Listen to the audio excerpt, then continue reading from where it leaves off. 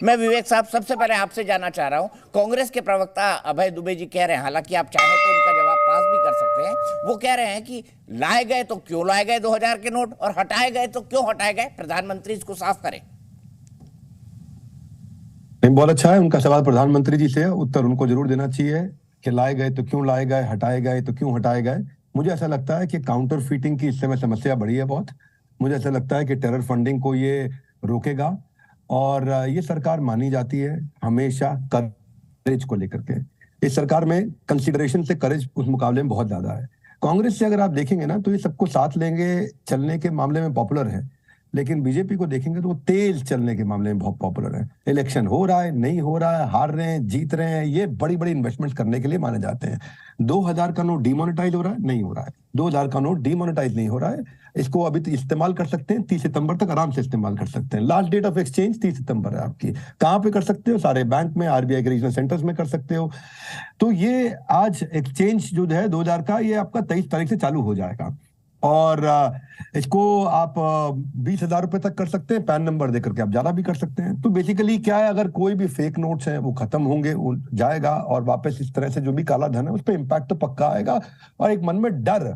और वैसे एक मजे की बात क्या मैं आपको बता देता हूँ भाई साहब, दीपक जी, आपने भी अगर किसी को उधार दिए हैं तो अब जल्दी से उधार वापस करने के लिए आ जाएगा। वो बाजार में जिसका जिसका जो उधार था अचानक फोन आने, मुझे भी आ गए 2 4 5 फोन, जी उधार वापस ले लो भैया, पैसे रेडी पड़े हैं मेरे पास इस समय।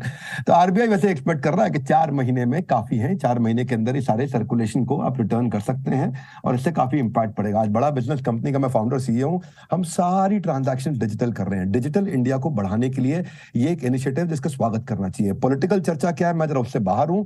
एंटरप्रेन्योर्स को और एंटरप्रेन्योरशिप को एनेबल करने के लिए मैं आपको बता रहा हूं, कैश इस्तेमाल करना यूएस में आज भी थोड़ा मुश्किल है। बिना क्रेडिट कार्ड के आप जिंदगी बिता नहीं सकते वहां पे। हमारे को अगर डिजिटलाइजेशन जिस तरह से बढ़ा है उसको बूस्ट करने में और मदद करेगा और इसका हमारे को भरपूर स्वागत करना चाहिए। आज मैं बड़ा बिजनेस का सीईओ हूं, हमारी हजारों लाखों करोड़ों की ट्रांजैक्शन होती है पर सारी डिजिटल होती है। 1 रुपया हम नहीं लेते किसी से, इसलिए हमको तकलीफ नहीं आती। इसी तरह से ये सरकार ऐसे और भी कई डिसीजन लेने वाली है जहां पे कच्चे के धंधे को आगे चल के तकलीफ आएगी ही आएगी, और कच्चे के धंधे में तकलीफ आ रही है तो ये किसी भी रिस्पॉन्सिबल लीडर को इस पर सवाल नहीं उठाना चाहिए। कच्चे के धंधे बंद कराने हैं, पक्के के धंधे बढ़ाने हैं, इससे थोड़ा झटका लगेगा। एक सवाल आपसे पूछ लेता हूं दीपक जी, आज मैं थोड़ा आपका इंटरव्यू ले लेता हूं। स्पीड ब्रेकर क्यों होता है, या गाड़ी में ब्रेक क्यों लगाई जाती है? मालूम आपको ब्रेक क्यों होती है गाड़ी में? गाड़ी में ब्रेक क्यों होती है? सब लोग कहते हैं गाड़ी धीरे करने के लिए होती है। गाड़ी में ब्रेक क्यों होती है? लोग कहते हैं कहीं एक्सीडेंट ना हो जाए। गाड़ी में ब्रेक क्यों? गाड़ी में ब्रेक दीपक चौरसिया जी इसलिए होती है कि अगर गाड़ी में ब्रेक है तो आप तेज चला सकते हो। दीपक जी आप गाड़ी चलाते हो, अगर आपकी गाड़ी में ब्रेक नहीं हो तो आप 10 की स्पीड से ऊपर चला नहीं पाओगे गाड़ी। अगर आपकी गाड़ी में ब्रेक नहीं है तो आप 20 के ऊपर चला के दिखा दो, डर लगा रहेगा रुकेगी तो है नहीं, ब्रेक तो है नहीं। तो ये जो ब्रेक आपकी जिंदगी में आया है इस समय, इस तरीके का जो ब्रेक आया है, ये इसीलिए आया ताकि आप गाड़ी को और तेज चला सको।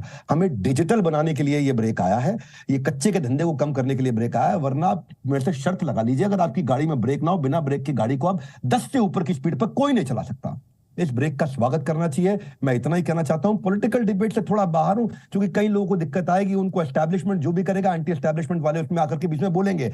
पर डिजिटलाइजेशन के लिए let us please welcome this initiative. Thank you very much. वैसे आपने मुझसे पूछा सवाल तो मैं बता दूं, 2008 से भैया विवेक जी मैंने गाड़ी चलाना छोड़ दी है, मैं पीछे की सीट पे बैठता हूं। अब मैं गाड़ी चलाने का रिस्क नहीं लेता हूं। वैसे गाड़ी में ब्रेक आपने बिल्कुल सही कहा, इसलिए लगाई जाती है कि स्पीड को जब चाहे तब कम किया जा सके।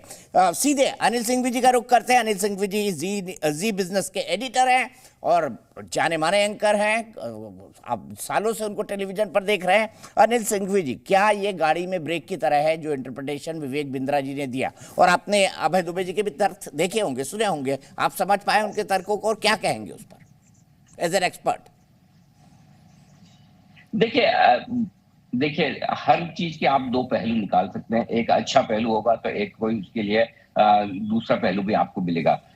जो कुछ सरकार का पर्पस है वो एकदम साफ है और वो ये है कि ज्यादा से ज्यादा डिजिटलाइजेशन किया जाए, ज्यादा से ज्यादा ट्रांजैक्शन इकोनॉमी में आपके डिजिटल करेंसी में हो, यूपीआई के जरिए हो, बैंकिंग सिस्टम के जरिए हो, कैश के ट्रांजेक्शन कम से कम हो, जिससे कि इकोनॉमी में जो मेन स्ट्रीम है वहां पर आपको ग्रोथ मिल सके। ये एक पर्पज साफ साफ सामने नजर आता है। दूसरा पर्पज वो साफ जो दिखता है वो ये कि धीमे धीमे जिस तरह से 2000 के नोट पूरी तरह से होल्ड कर लिए गए थे, जमा कर लिए गए थे और ज्यादातर काला धन 2000 के नोट के तौर पर रखने सहेजने में आसान होता था, वो जो किया गया उस पर भी लगाम लगानी थी। तो ये दो बड़े पर्पज जो साफ दिखते हैं।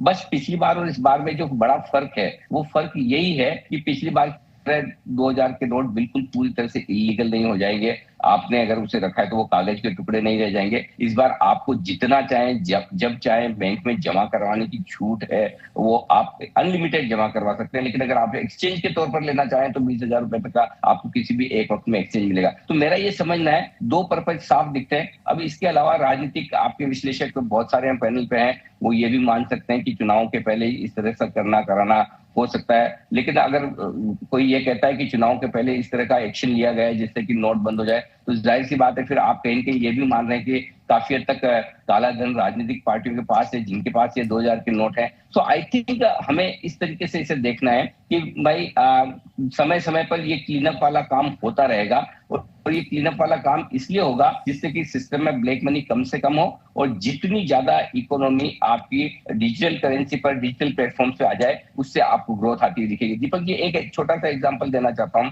जिस तरह से जीएसटी लागू किया गया है, अब आज आप देखिए जीएसटी का कलेक्शन 2 लाख करोड़ की रेंज में पहुंच गया, क्योंकि अब काफी बिजनेसेस में ऐसा हो गया कि पूरा का पूरा ट्रांजेक्शन आपको चेक में करना होता है, बैंकिंग सिस्टम के जरिए करना होता है, कैश ट्रांजेक्शन कम से कम होते जा रहे हैं। तो उससे ये है कि टैक्स कलेक्शन बढ़ता है, इकोनॉमी में पैसे का सर्कुलेशन बढ़ता है और कैपिटल ज्यादा फॉर्म होती है। तो एक वो पर्पस हो सकता है, बाकी राजनीतिक लोग के हिसाब से सब विश्लेषण कर सकते हैं। लेकिन मुझे जो समझ में आता है दो बड़े कारण यही है, एक ये ब्लैक मनी को कंट्रोल किया जाए जितना कर सके, दूसरा कारण ये कि जितना डिजिटल पेमेंट्स को सिस्टम में लाया जा सके उतना बेहतर। ठीक है, बिल्कुल ठीक कहा आपने अनिल जी, और बिल्कुल समझा कर कहा, यही आपकी खूबसूरती है। मैं आगे बढ़ता हूं, आपको बनाए रखूंगा। मैं सीधे चलता हूं अश्विनी तनेजा जी के पास। अश्विनी तनेजा जी, इस फैसले को आप कैसे देखते हैं? और मैं सभी से रिक्वेस्ट करूंगा, खासतौर पर विवेक बिंद्रा जी से। विवेक बिंद्रा जी, आप जिस तरह से समझाते हैं ना, बड़ा शानदार है और मुझे आपसे सवाल पूछने में मजा आता है। हालांकि आप मुझसे सवाल पूछ रहे थे, मैंने जवाब दे दिया,